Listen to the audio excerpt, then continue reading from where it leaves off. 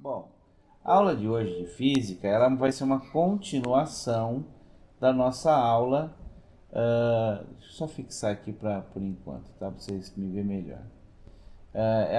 Vai ser uma continuação da nossa aula de física passada, né? Na aula da semana passada, quem pôde assistir, nós estávamos tratando da energia, que é um assunto simples e complicado ao mesmo tempo, né? Simples porque é uma coisa que é trivial, ela movimenta a nossa vida, né? Nós somos recheados de energia, convivemos com energia, usamos as energias para tudo, né? No entanto, não é tão simples definir ela como nós vimos na aula passada, né? Na verdade, uma definição clássica mesmo não existe, tá ok?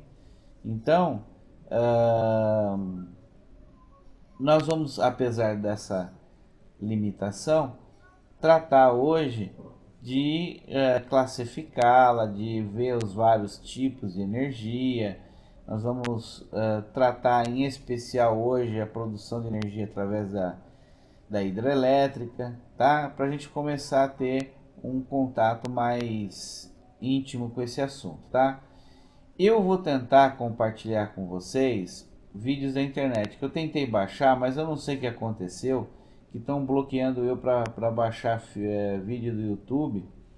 E para eu dividir aqui tela, geralmente vai dar um eco, alguma coisa assim. Se ficar muito ruim de ouvir, de entender, alguém abre o áudio e fala: "Ah, professor, não está dando para entender nada". E aí eu interrompo a apresentação, tá ok?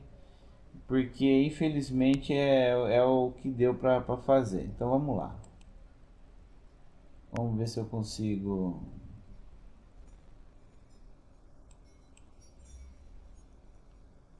É... Essa aqui, vamos ver se vai dar.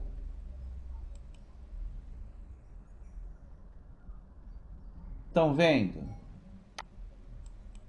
Sim. Então agora vamos ver se vai dar certo.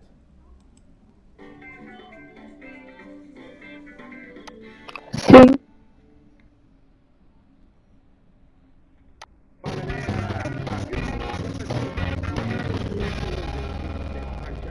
Hoje vamos falar sobre diferentes pontos que usamos para realizar trabalho. Basicamente tudo que envolve crescimento, movimento, produção. Embaixo à vontade. Vambora para a energia? Deu As fontes de certo. energia são recursos naturais ou artificiais que usamos para realizar trabalho. Basicamente tudo que envolve crescimento, movimento, produção. De cara eu já vou te falar. A gente pode começar dividindo em fontes renováveis e não renováveis. Vamos começar pelas renováveis, ok? Como o próprio nome já diz, as energias renováveis se repõem naturalmente. Mas cuidado, isso não significa que elas sejam inesgotáveis. Olha o nosso desmatamento aí para provar. Agora vamos falar das fontes. Temos, por exemplo, a energia eólica, capaz de transformar a força dos ventos em energia. Já reparou naqueles ventiladores gigantes que existem em algumas regiões? Eles são aerogeradores.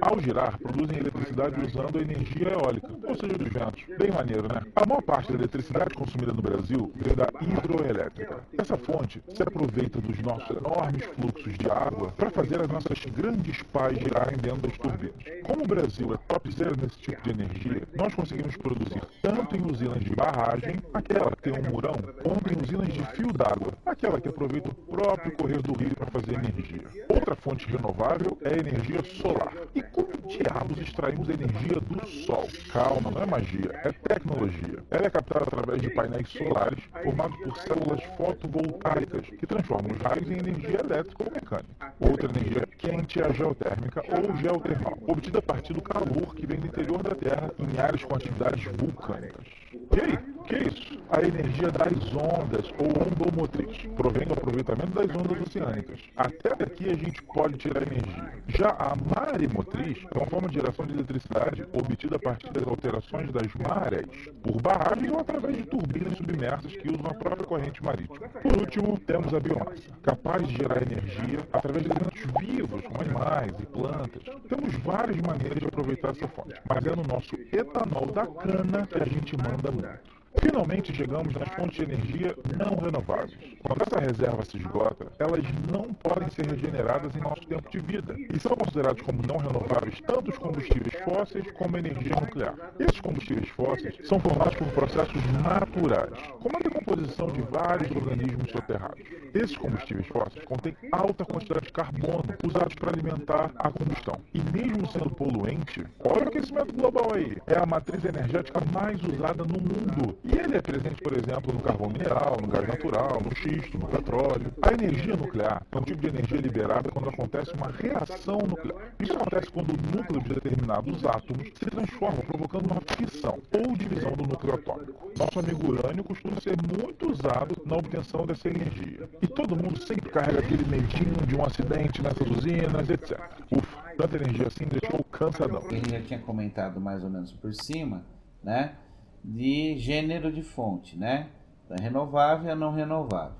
Nós vamos trabalhar primeiro com as renováveis por uma questão óbvia, né, o interesse delas é grande, e a não renovável, aqui é meu assistente que está atrás aqui, viu? Não é um amor que nasceu do nada, não. As não renováveis, elas têm várias consequências, algumas dificuldades para a gente tratar, então a gente vai deixar elas por último no nosso estudo, tá ok? Não que elas não sejam importantes, como ele mesmo disse que é o que é mais utilizado, infelizmente, tá? E energia, esse lance de fonte de energia, a gente também já aprendeu na aula passada, que na verdade ninguém cria energia. A energia ela se transforma. No caso da hidrelétrica que nós vamos ver, né, ela vai se transformar de energia cinética em energia elétrica, tá? Eu tenho um esqueminha aqui que eu gostaria de passar para vocês. Eu ia passar como PowerPoint, mas também hoje, não sei porquê, não permitiram que eu convertesse o PDF que eu peguei em PowerPoint. Então nós vamos ter que seguir no PDF mesmo, tá, pessoal? Então eu vou ter que compartilhar aqui com vocês um PDF, tá? Opa, peraí.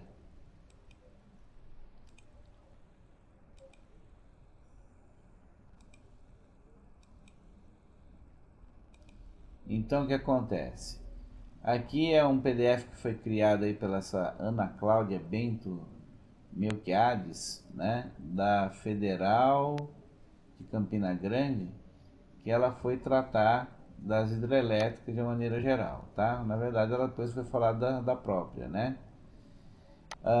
O primeiro ponto aqui que ela vai apresentar é fazer uma breve introdução, depois vai falar do histórico no Brasil, como funciona as usinas, ela vai falar um pouquinho de Itaipu, de outras, a Cheste, a Rio Madeira, o consumo nacional. Então nós vamos passar por algumas coisas aqui, tá? Então a primeira coisa, o assistente, primeira coisa importante, ó, no mundo, tá, as usinas hidrelétricas elas produzem 24% de toda a eletricidade e ela atende 1 bilhão de pessoas. Se a gente lembrar que o planeta aí nós temos em torno aí de quase 7 bilhões, é que na verdade quando foi feito isso aqui não estava perto dos 7 bilhões, né? Então provavelmente deve ter mais gente sendo atendida, né? Então quer dizer, é bastante gente que usa essa energia, tá? As hidrelétricas produzem um total de 675 mil megawatts, tá? Que equivaleria a queimar para produzir a mesma energia 3,6 bilhões de barris de petróleo. Então você imagina o quanto que as hidrelétricas no mundo estão impedindo de produção de gás carbônico. Isso não é uma coisa muito valorizada, não é muito dito por aí, né? O pessoal devia falar um pouquinho sobre isso, mas o pessoal prefere tratar de outros assuntos que ficam mais dramáticos e politicamente mais interessantes, né? Infelizmente. O Brasil está entre os 5 maiores produtores de energia hidrelétrica do mundo. Atualmente são 158 usinas hidrelétricas que produzem um total de 74.438 megawatts, né? Basicamente aí vamos pensar assim, 1/7 de toda a energia hidrelétrica do mundo, tá? A hidrelétrica de Itaipu, que é binacional, porque nós temos um lado dela que fica no Brasil, outro lado fica no Paraguai, né? Sozinha ela produz 13,3 megawatts, né? Praticamente aí vamos dar uma arredondada mais grosseira aí, 1/5 de toda a energia do país, tá?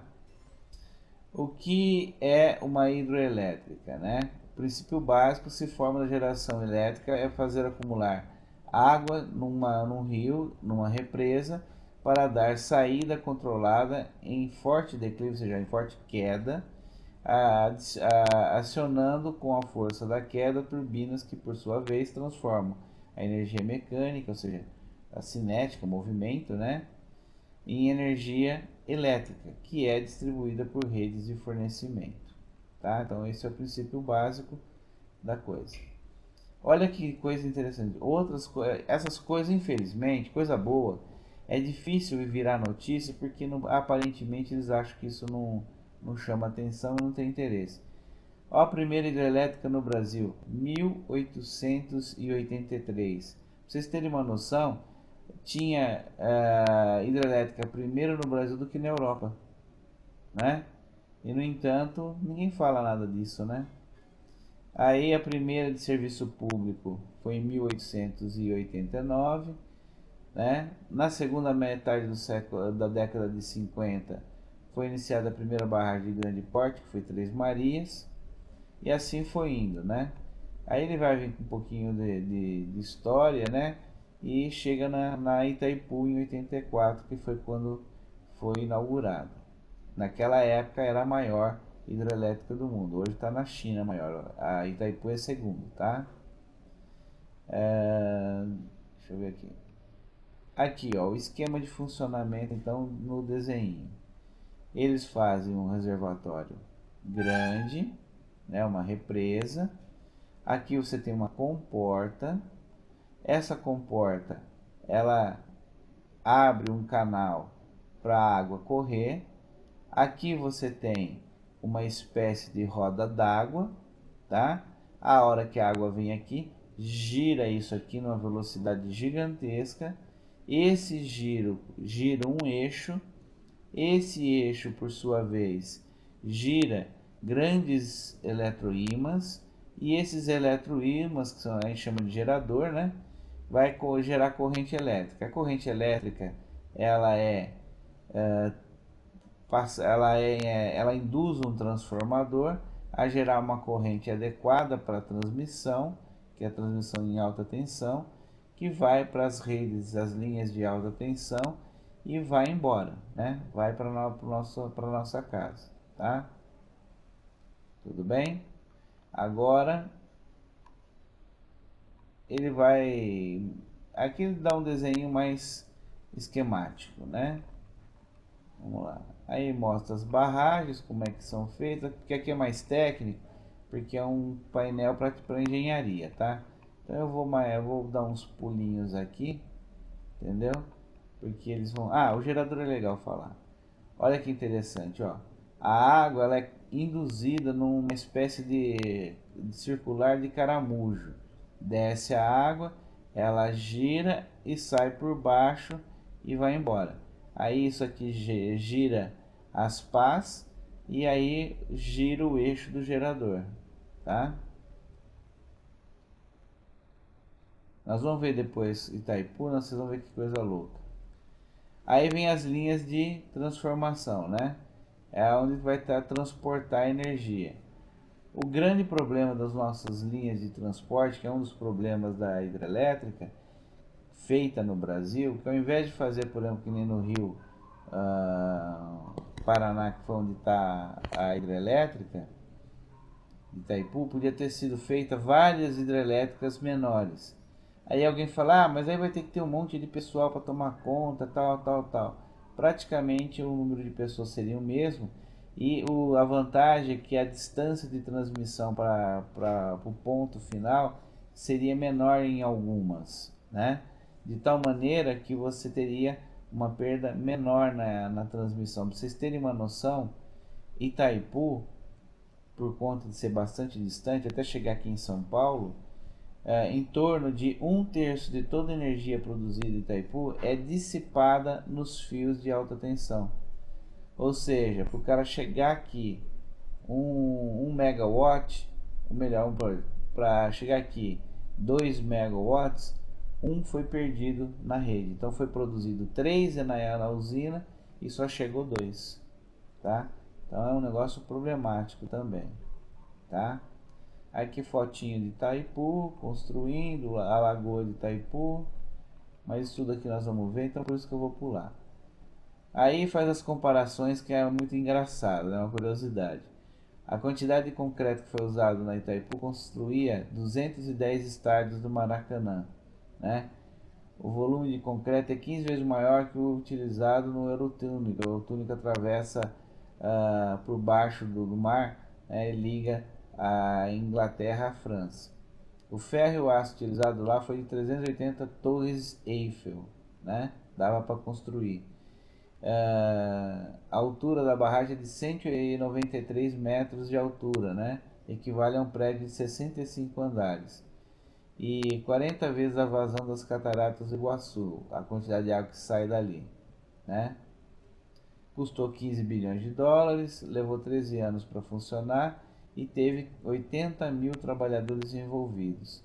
E não contaram, né? Mas foi mais ou menos algo em torno de 650 mortos em acidente de trabalho construindo essa hidrelétrica, né?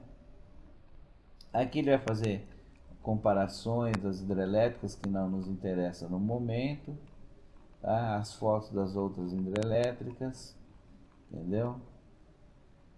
Esse projeto do Rio Madeiro eu nem quero falar porque foi uma loucura, então a gente comenta em um outro momento, entendeu? Aí, ó, custo nacional, deixa eu ver, produção com... isso aqui fica também difícil a gente entender. As vantagens: transformação limpa de recursos naturais, ou seja, não gera lixo, né? Você não tem subproduto da produção de energia elétrica através da hidrelétrica. A matéria-prima é a água, que teoricamente aqui no Brasil nós temos em abundância, tá? Ela também, por conta da lagoa, produz a possibilidade de irrigação, amortecimento de cheias, né? Você controla a cheia do rio pela vazão, permite a navegação, entre outras coisas. Mas também tem desvantagem, tá? A construção é cara e demorada. Há necessidade de inundação, então você destrói bastante floresta, dá problema com espécies que acabam entrando em extinção e tudo mais, tá? Altera o meio ambiente. Só para vocês terem uma noção, o lago da Itaipu é tão gigantesco que mudou o clima no sul. Muitas das secas que a gente vê hoje no sul, a culpa está no lago, tá? Porque a evaporação da água naquela posição muda os ventos. E aí a chuva que devia ir para determinados lugares não vai por conta da Itaipu, tá? Então isso é um negócio sério, tá? E aí ela vai fazer os agradecimentos. Vamos lá. Então, isso é o que eu gostaria de mostrar mais ou menos. Mas melhor do que isso, eu gostaria de mostrar a nossa vedete da hidroelétrica, que é Itaipu, tá? Então, eu vou mostrar aqui do Manual do Mundo. Ele entrou na Itaipu e mostrou todos os detalhes. É interessante. Deixa eu só achar aqui.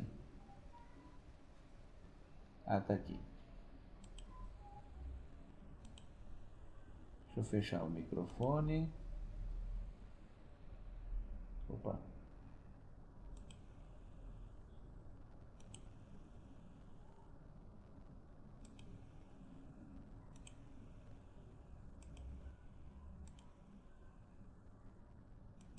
Hoje você vai conhecer com a gente simplesmente a usina que mais gera energia elétrica no nosso planeta, Itaipu Binacional. Se você é meio preguiçoso para estudar geografia, Itaipu fica no extremo oeste do estado do Paraná.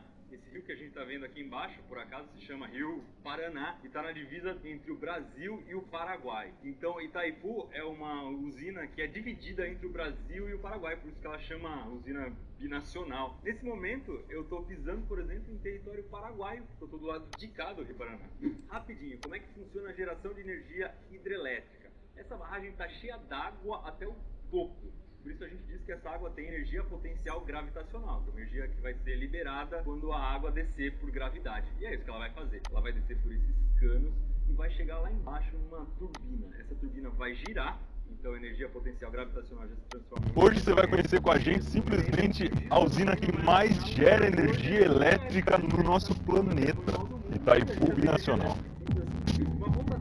Se você é meio preguiçoso para estudar geografia, Itaipu fica no extremo oeste do estado do Paraná. Esse rio que a gente está vendo aqui embaixo, por acaso, se chama Rio Paraná e está na divisa entre o Brasil e o Paraguai. Então, Itaipu é uma usina que é dividida entre o Brasil e o Paraguai, por isso que ela chama usina binacional. Nesse momento, eu estou pisando, por exemplo, em território paraguaio, porque eu estou do lado de cá do Rio Paraná.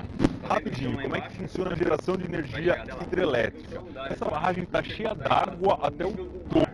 Por isso a gente diz que essa água tem energia potencial gravitacional, energia que vai ser liberada quando a água descer por gravidade. E é isso que ela vai fazer. Ela vai descer por esses canos e vai chegar lá embaixo numa turbina. Essa turbina vai girar, então a energia potencial gravitacional já se transforma em energia cinética, que é a energia do movimento, e o giro da turbina vai acionar um gerador de energia elétrica, desse que a gente está acostumado a ver no manual do mundo, e a gente já tem energia elétrica. Simples assim. De uma ponta até a outra, a barragem de Itaipu tem 7 km e 900 metros. Uma parte da barragem de terra, a outra parte de pedra, e essa parte central que a gente está vendo aqui, que é onde gera energia, é feita de concreto. O que a gente vai ver nessa primeira parte do nosso vídeo é como é que as pessoas fazem para garantir que isso aqui nunca vai arrebentar e levar embora a cidade de Foz do Iguaçu, que está um pouquinho mais para baixo. Aqui a gente está na cota 40, lá em cima está no 220. Tá vendo o chão lá embaixo? A gente vai chegar até lá. Isso aqui não são andares, né? É a altitude que a gente está em relação ao nível do mar. A gente chama de cotas. Então a gente está descendo até a cota 40, são 40 metros em relação ao nível do mar. Se a gente fosse comparar a altura desse vão aqui com um prédio, seria um prédio de mais ou menos uns 60 andares. Pior que eu acho que eu errei na conta, eu não contei a parte da barragem que fica da água para cima. São 16 metros, então dá um prédio de 65 andares. Caramba! A primeira coisa que eu não fazia ideia é que a barragem é toda oca, quase 200 metros de desnível, que é uma caverna gigante. Joinha! Ó, a gente desceu até o fundo da estrutura da barragem. Aqui já é o leito do Rio Paraná, ou seja, a gente chegou na pedra em que a barragem foi construída em cima. Aqui a gente está na cota 40, lá em cima está na 220, são 180 metros abaixo do nível da represa. Nesse momento eu estou exatamente aqui embaixo. Quanto que ela movimentou nesse fio do piso? Você está vendo toda essa estrutura colossal aqui, pode dar a impressão de que é duro, que é uma pedra, que nem uma rocha. Não é bem assim não, essas paredes se mexem. A estrutura inteira da barragem é formada por 137 blocos de concreto, que dá mais ou menos 210 vezes o concreto usado para construir o estádio do Maracanã. Você deve imaginar o tamanho que esses blocos têm, e entre eles existe um espacinho, uma margem de erro ali, uma junta, e para eles poderem se mexer de um jeito independente. Bora então conhecer um tal de alongâmetro, ele mede o deslocamento das placas. Então eu tenho uma espécie de uma régua, né? Que eu faço um encaixe perfeito, fosse um encaixe macho-fêmea, né? Um relógio comparador, e conforme eu abro ou fecho, ele me dá...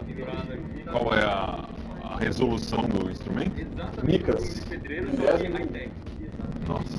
A associação dessas três leituras me permite calcular o quanto que abriu e fechou essa junta e o quanto que ela movimentou nesse sentido. E o do piso, eu faço as mesmas três leituras e ele me dá novamente a abertura, só que daí nesse movimento eu vou ter o deslizamento do bloco. Mas ele desloca. Ele desloca. E a movimentação dele é sazonal, ou seja, abre no inverno e fecha no verão. E esse pêndulo gigante serve para quê?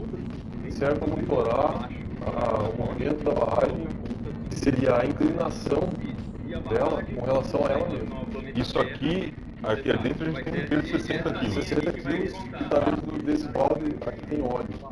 Esse óleo serve para diminuir a vibração, para que a gente tenha uma precisão maior na nossa leitura. E a linha está presa lá em cima, para cima da água. Um túnel para cima da água, na cota 223 mais precisamente. Conforme ela se movimenta lá em cima, Tá pendurado aqui. tá pendurado aqui, fica mais longe ou mais próximo. Exatamente um prumo de pedreiro, só que high-tech. Exatamente. E com 200 Uma metros de precisão comprimento. muito maior, né, do que um prumo de pedreiro. Qualquer movimentação que der lá em cima, essa linha vai bater na parede. Se for uma movimentação Se for um terremoto, né? esperamos que não. Nunca aconteça. Então esse aqui é o equipamento que a gente usa para fazer a leitura. São os cortes de cone. A leitura a gente faz na ponta desse cone aqui, o cone metálico. Essa leitura que interessa para nós. E vai cair a barragem, hein? Tem também um outro pêndulo, só que é invertido, que serve para ver se a barragem está se movimentando em relação ao chão. Só que aí a ponta desse instrumento fica presa lá embaixo, parada na rocha, e a outra ponta fica em cima numa boia. Então se a barragem se deslocar em relação ao planeta Terra, você sabe, vai ser essa linha aqui que vai contar. Esse cara aqui vai entregar. A barragem, ela praticamente não deslizou desde a época da construção dela. Ótimo, para nós é ótimo. A gente chegou aqui num túnel que está debaixo do concreto e a função disso aqui é escoar a água que vai infiltrando. É natural que infiltre um pouco de água e aqueles também conseguem medir se a quantidade de água que está infiltrando é a certa.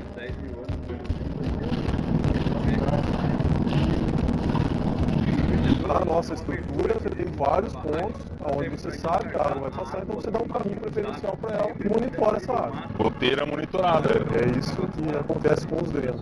Se você tampar, você vai abrir ele em outro lugar, né? Exatamente. Se você tampar ela aqui, ela vai procurar outro caminho preferencial.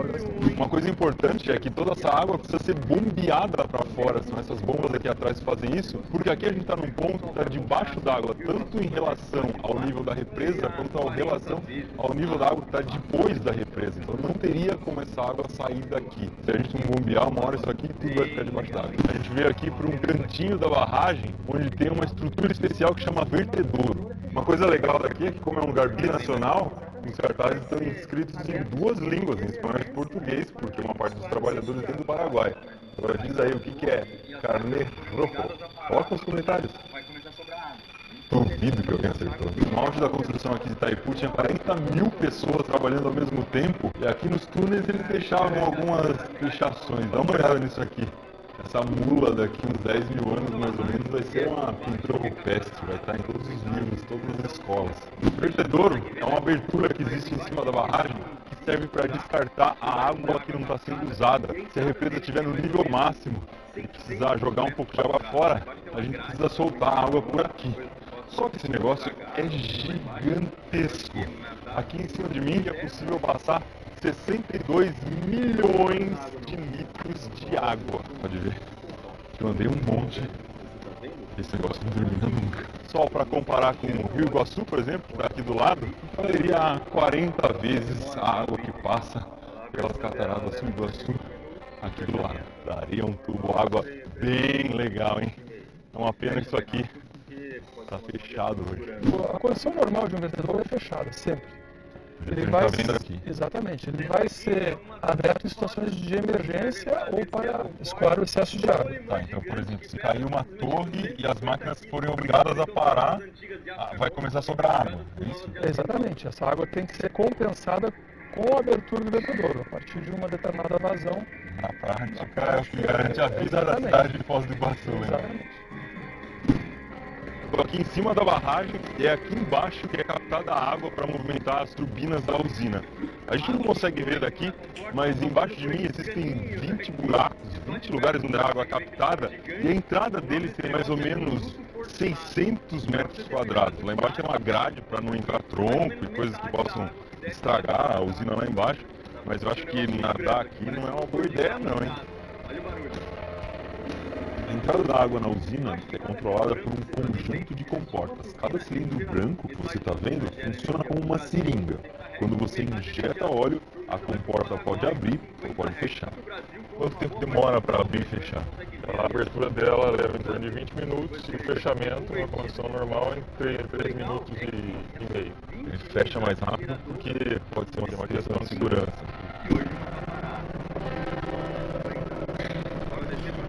Essa aqui é uma das rodas que servem para descer a comporta É uma rolimã gigante que pesa simplesmente 250 quilos. Eles estão trocando as antigas de aço carbono, estavam enferrujadas, por novas de aço inox.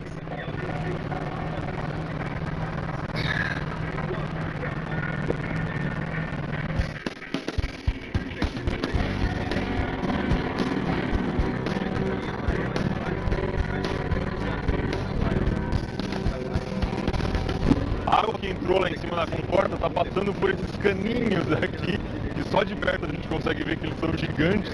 O nome desse negócio é conduto forçado. Para você ter uma ideia da quantidade de água que passa aqui, é mais ou menos metade da água que desce lá pelas cataratas do Iguaçu. Dá para sentir o negócio vibrando, que parece um motor de carro ligado. Olha o barulho. Debaixo de cada cano branco que você está vendo aí, existe uma turbina e um gerador. Metade da usina gera energia para o Brasil a 60 Hz e metade da energia produzida vai para o Paraguai a 50 Hz. Só que o Brasil compra uma boa parte de volta, então a gente consegue ver ali as torres voltando para o Brasil. Depois essa energia tem que ser convertida de novo a 60 Hz. O legal é que essas 20 unidades geradoras funcionam de um jeito independente. E hoje uma tá parada. Adivinha só onde a gente vai entrar agora. Bora descer para a casa de força, que é o lugar onde é gerada a energia mesmo. Aqui dentro da usina o ruído é muito forte, a gente tem que usar protetor auricular e é quase impossível de conversar. Eu estou aqui dentro de uma cabine telefônica e ela tem que ser isolada acusticamente, como se fosse um estúdio. Eu vou abrir a porta disso aqui e você vai ver a diferença. Isso aqui você consegue ver o direito. Tá vendo essa linha amarela aqui embaixo? É a divisa entre o Brasil e o Paraguai, ó. Tô no Paraguai, tô no Brasil.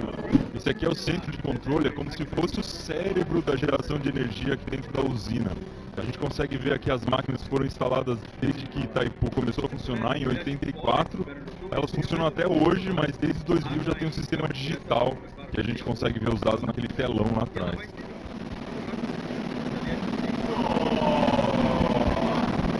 Entrar agora na caixa espiral, é um lugar onde a água passa. Também é um lugar que pouquíssimas pessoas têm acesso. Bora lá. Lembra daquele cano branco que a gente viu lá fora? Ele sai exatamente atrás de mim. Então, quando isso aqui está cheio d'água, tem meia catarata do Iguaçu passando. E essa caixa serve para a gente conseguir aproveitar melhor a força da água que está vindo lá de cima. A caixa é de aço e aqui a gente consegue ver as soldas, as divisas, mas só que ela está muito lustrada porque passa muita água que vai limpando a caixa enquanto vai passando. E essa estrutura que você está vendo não gira, ela é fixa. A água vai entrar aqui e vai passar por essas bases de distribuição. As primeiras são fixas, mas mais para dentro já existe um segundo conjunto com pás móveis. Elas vão direcionar o fluxo da água para manter a turbina girando numa rotação constante. Bora ver as turbinas. Essas daqui são as pás do motor da turbina, ou seja, a água vai bater nesse negócio aqui para fazer a turbina girar. Aqui eu tenho uma miniatura, dá para ter uma ideia de mais ou menos como é o tamanho disso aqui, porque a gente não consegue ver aqui perto. O detalhe é que a turbina tem 300 toneladas, você deve imaginar que não é nem um pouco fácil movimentar isso aqui. Vamos tentar? Acho que não rola, não. Se você pudesse olhar de fora esse lugar onde eu estou, ele teria mais ou menos esse formato aqui. A água entra por essa ponta, claro que seria oco e não sólido como esse, e ela vai sendo distribuída para a turbina que estaria aqui no meio.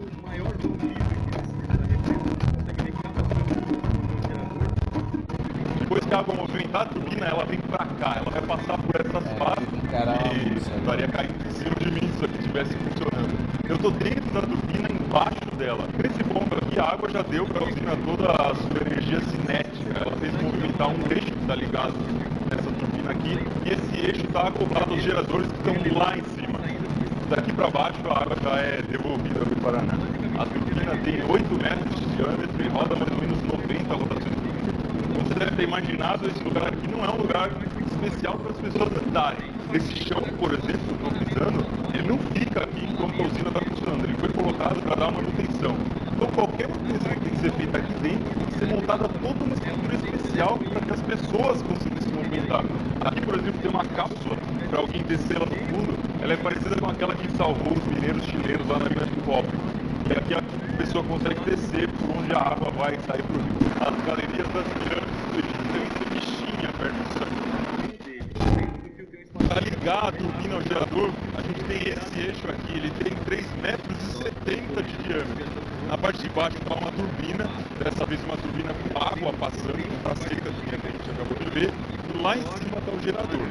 Quando você coloca os 20 geradores um do lado do outro, eles ocupam um belo espaço. Olhando de perto é um pouquinho maior do que você estava imaginando lá de cima, vai? Então esse aqui é o maior vão livre que existe dentro da represa. A gente consegue ver que cada tampa corresponde a um gerador. O comprimento total é de 1 quilômetro. Linhas de transmissão, são 20 geradores. Para gerenciar isso, dentro da barragem, existe uma subestação. É como se fosse, pensando numa casa, mas como se fosse aquele quadro. O espaço aqui é grande desse jeito, porque imagina só se você precisar tirar uma daquelas turbinas que a gente viu. Elas vão ter que sair por dentro dessas tampas vermelhas e serem levadas por uma saída por esses guindastes que a gente está vendo. Basicamente, para gerar energia, a gente precisa passar um ímã perto de uma bobina de cobre. Aqui dentro a gente tem uma coisa parecida com isso, só que um pouco maior e mais tecnológica, né, Edu? Exatamente. A parte fixa ela é composta pelos barramentos estatólicos, o enrolamento, que seja fios de cobre no motor, digamos assim, uma comparação. Na parte móvel é o rotor da unidade geradora, é onde tem os eletroímãs. Aqui então a gente teria ímãs rodando no centro, seria como se a gente tivesse ímãs rodando no meio e as bobinas captando em volta. Exatamente. Quando a gente fala de bobina, não é um enrolado de fios que nem tem dentro do seu liquidificador, não. É um enrolado desses fios aqui. Olha só o tamanho dele. Dentro do fio tem um espacinho que é para correr água, para o fio ser refrigerado de dentro para fora. O pessoal aqui está me corrigindo que o fio é tão grosso que ele deixa de ser um fio, ele já é uma barra. Aqui você está vendo por dentro a parte que gira mais escura, marrom, e por fora, em laranja, as bobinas que estão enroladas ali. Um detalhe interessante da Taipu é uma máquina gigantesca, onde o rotor tem praticamente 16 metros de diâmetro, e a diferença que a gente tem de espaço físico entre a parte girante e a fixa é em torno de 2,5 centímetros de espaço. Nossa, o dedo quase não passa ali. Exatamente. De Itaipu saem 8 linhas de transmissão, mas são 20 geradores. E para gerenciar isso, dentro da barragem existe uma subestação. É como se fosse, pensando numa casa, é mais ou menos como se fosse aquele quadro de distribuição de força que a gente tem. Exatamente, é o contrário. Lá tem uma entrada e vários alimentadores, né? Então aqui seria a mesma coisa. Os jutores fazem esse chaveamento de acordo com a necessidade do sistema. A tensão é 500 mil volts e a corrente nominal do disjuntor é 4 mil amperes. E a capacidade de interrupção é de 63 mil amperes. O disjuntor residencial ele é na faixa de 50 amperes. É um super ultra mega disjuntor.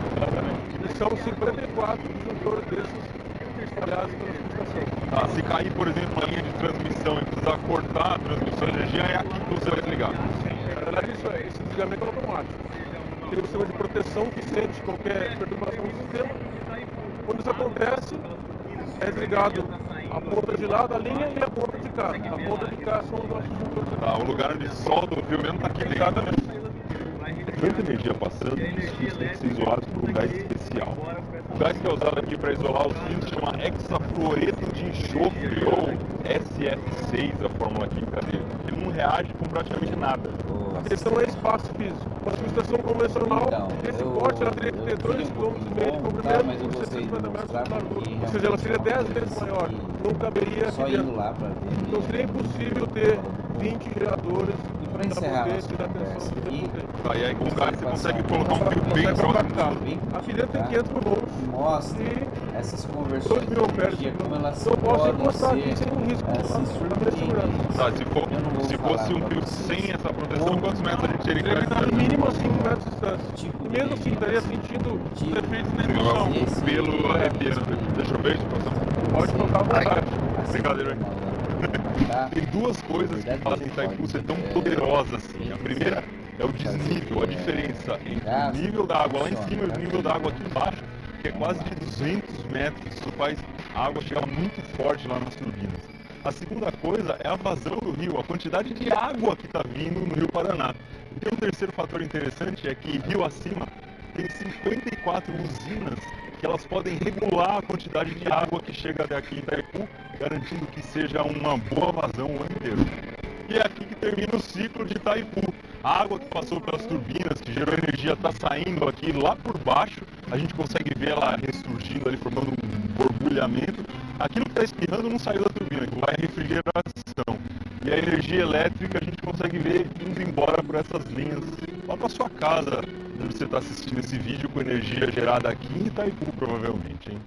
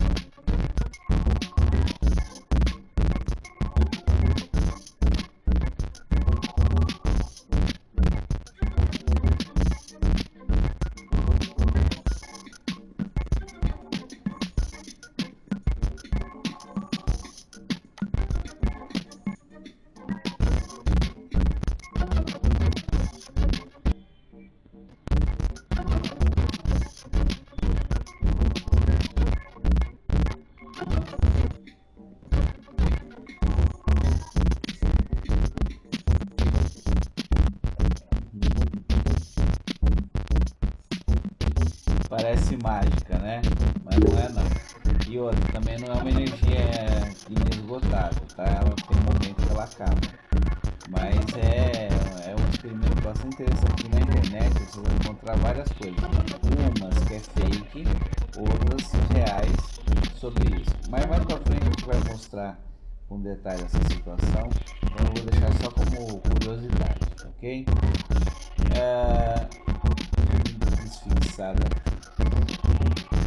Algum de vocês gostaria de fazer um comentário, alguma pergunta?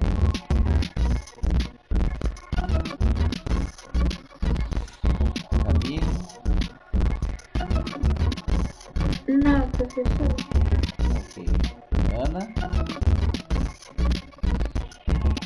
Tranquilo, professor. Letícia? Tá tranquilo também. Ali? Tá, né? Então, gente, isso daí é um primeiro contato, tá? Nesse caso, né, da energia hidrelétrica, e nós vamos ver nos outros casos também, que tudo tem seu lado positivo e seu lado negativo. Por isso que a estratégia de um país, de um governante, de casa, em relação à energia, é uma coisa muito importante, tá? Principalmente quando nós chegarmos nas outras energias renováveis que podem ser aplicadas. Aqui não dá para a gente fazer uma hidrelétrica na nossa casa, né? Então, por mais interessante que possa ser, né, não dá. Se alguém tivesse um sítio com água, que tivesse uma queda d'água, pode pensar nisso sim. Na verdade, nem precisa de uma queda d'água, basta ter um fluxo. E também tem aí turbinas que você mergulha no rio e consegue gerar energia elétrica também. Quem quiser depois procurar isso é legal. Mas não é o caso da maioria, né? Mas tem outras situações que dá para fazer em casa e aí a gente também tem que pensar nisso quando pensa em matriz energética, tá? O que eu tinha para dizer para vocês hoje em relação à energia elétrica e da hidrelétrica era isso, né? Na próxima aula a gente vai ver outras fontes de energia, tudo bem? Obrigado pela assistência e até a próxima, tá, pessoal?